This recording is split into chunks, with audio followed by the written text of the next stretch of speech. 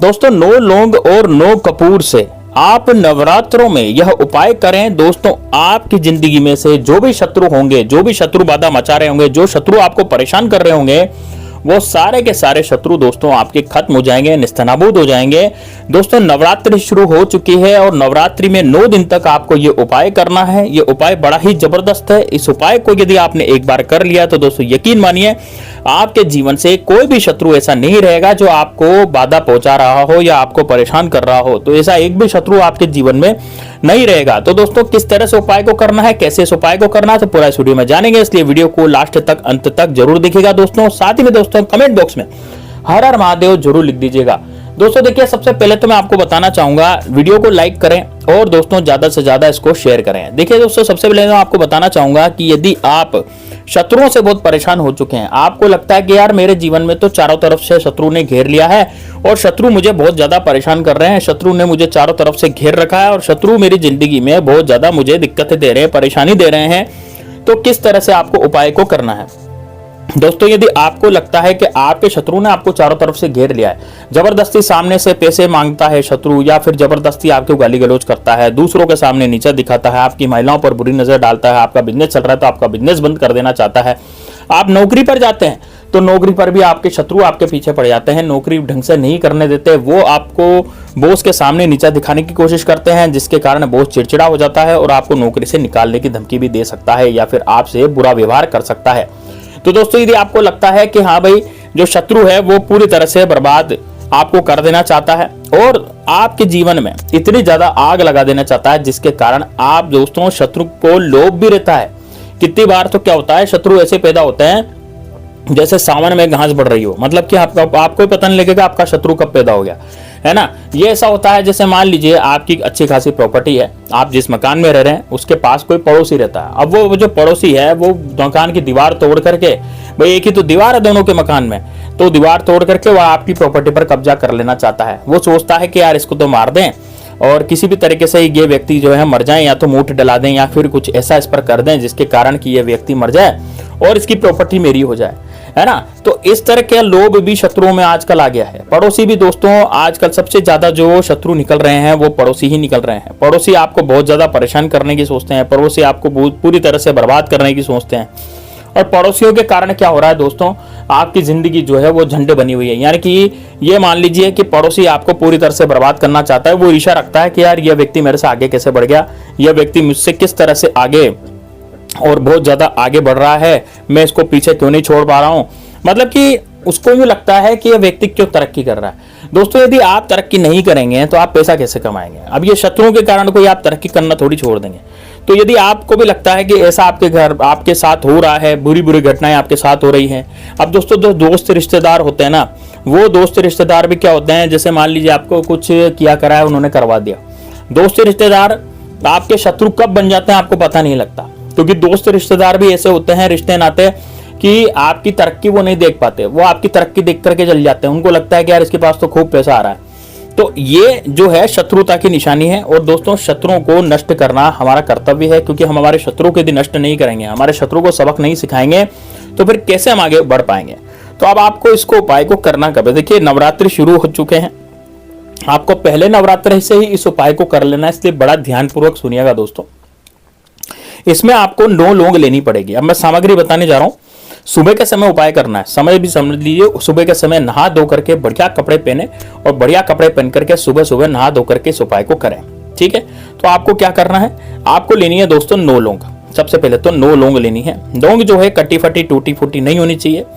लौंग के ऊपर जो है फूल बना हुआ होना चाहिए, यानी कि फूल लौंग के ऊपर बना हुआ होना चाहिए। फूल वाली लौंग आपको लेनी है, टूटी फूटी लौंग नहीं होनी चाहिए।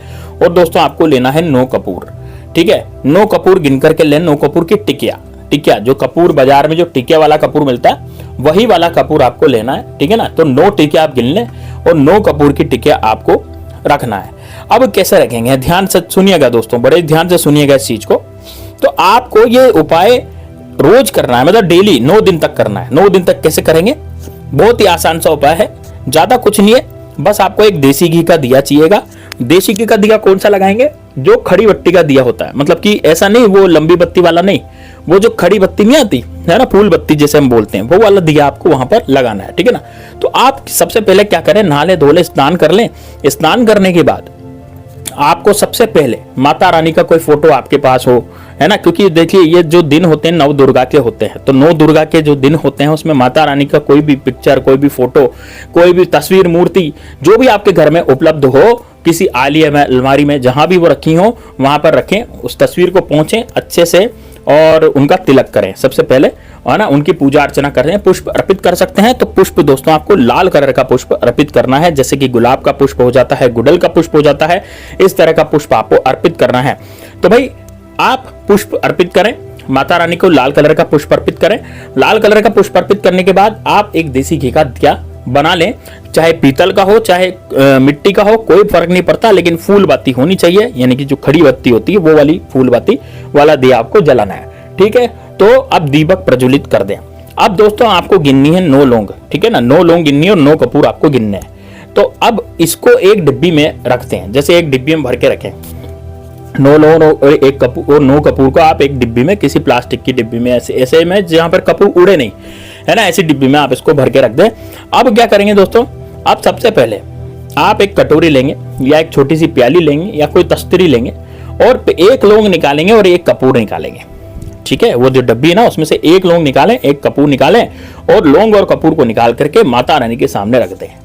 ठीक है। आप चाहे तो कुछ एक मौसमी फल भी वहां पर चढ़ा सकते हैं, कुछ भी मौसमी फल, जैसे जो भी उस मौसम में आ रहा है, जैसे अभी जिस मौसम में आ रहा है, जैसे अभी केला आ रहा है, ठीक है ना, ये भी अच्छा फल है माता रानी को अर्पित करने के लिए। अनार आ रहे हैं, ठीक है ना, अंगूर आ रहे हैं, जो भी मौसमी फल हो आप रोज डेली जो है माता रानी को चढ़ा सकते हैं और इसको किसी कन्या को दे सकते हैं। ये तो एक अलग बात होगी। हमने लौंग का बताने जा रहा हूँ। लौंग आप रखें और कपूर रखें और ये रखते समय माता रानी से कहें कि हे माता रानी, मैंने ये लौंग और 1 कपूर आपकी सेवा में रखा है और मेरे जितने भी शत्रु हैं उन सबका आप नाश करें। वो जो शत्रु हैं वो पूरी तरह से मुझे बर्बाद कर देना चाहते हैं और शत्रु के कारण मैं बहुत ज्यादा परेशान हो चुका हूं। इस कारण से आप क्या करें, आप मुझे मेरे शत्रुओं से बचाएं और मेरे शत्रुओं का आप नाश करें। इस तरीके से आपको बोलना है, ठीक है ना, इस तरीके से आपको बोलना है, ठीक है ना। अब क्या करेंगे आप सुनिए, जैसे आप ये बोलेंगे ना इस तरीके से, तो आप वहां पर अर्पित कर देंगे कपूर और लौंग को। उसके बाद क्या करेंगे, उसके बाद अगले दिन जब दूसरा नवरात्रा होगा तब भी आपको ऐसे ही करना है, सेम टू सेम। तो ऐसे करते करते 9 दिन तक आपकी 9 लौंग और 9 कपूर वहां कटोरी में इकट्ठे हो जाएंगे। ठीक है। अब इन 9 लौंग और 9 कपूर को ऐसे रोज बोलना है, शत्रु नाश के लिए ही आपको प्रार्थना करनी है, या फिर आपके कोई भी मनोकामना हो तो आप उसके लिए भी बोल सकते हैं, या फिर आप गुप्त शत्रुओं को नष्ट करना चाहते हो तो आप उसके लिए भी बोल सकते हैं। ठीक है। तो आप क्या करें, इस तरह से बोले, इस तरह से बोल करके माता रानी के हाथ जोड़े, माता रानी के हाथ जोड़ करके आप वो जो कटोरी है उसको उठा करके 90 दिन, है ना, 90 दिन हाथ जोड़ करके उठा करके और अपने शत्रुओं का जो भी आप चाहते हैं वो करके बोल के, और आप इसको ले जाएं पीपल के पेड़ के नीचे और वहां पर जड़ में दोस्तों इसको विसर्जित कर दें, 9 लौंग और 9 कपूर को। दोस्तों आपके शत्रु इस लायक भी नहीं रहेंगे कि वो आपको कुछ किया करवा सके। ये नवरात्रि का उपाय है, बड़ा जबरदस्त है। माता रानी की कृपा से, माता काली की कृपा से आपकी जिंदगी बहुत ही अच्छी हो जाएगी, आपको कुछ भी नहीं होगा। चलिए दोस्तों मिलते हैं नेक्स्ट वीडियो में, तब तक के लिए जय श्री राम, जय बागेश्वर धाम सरकार, हर हर महादेव।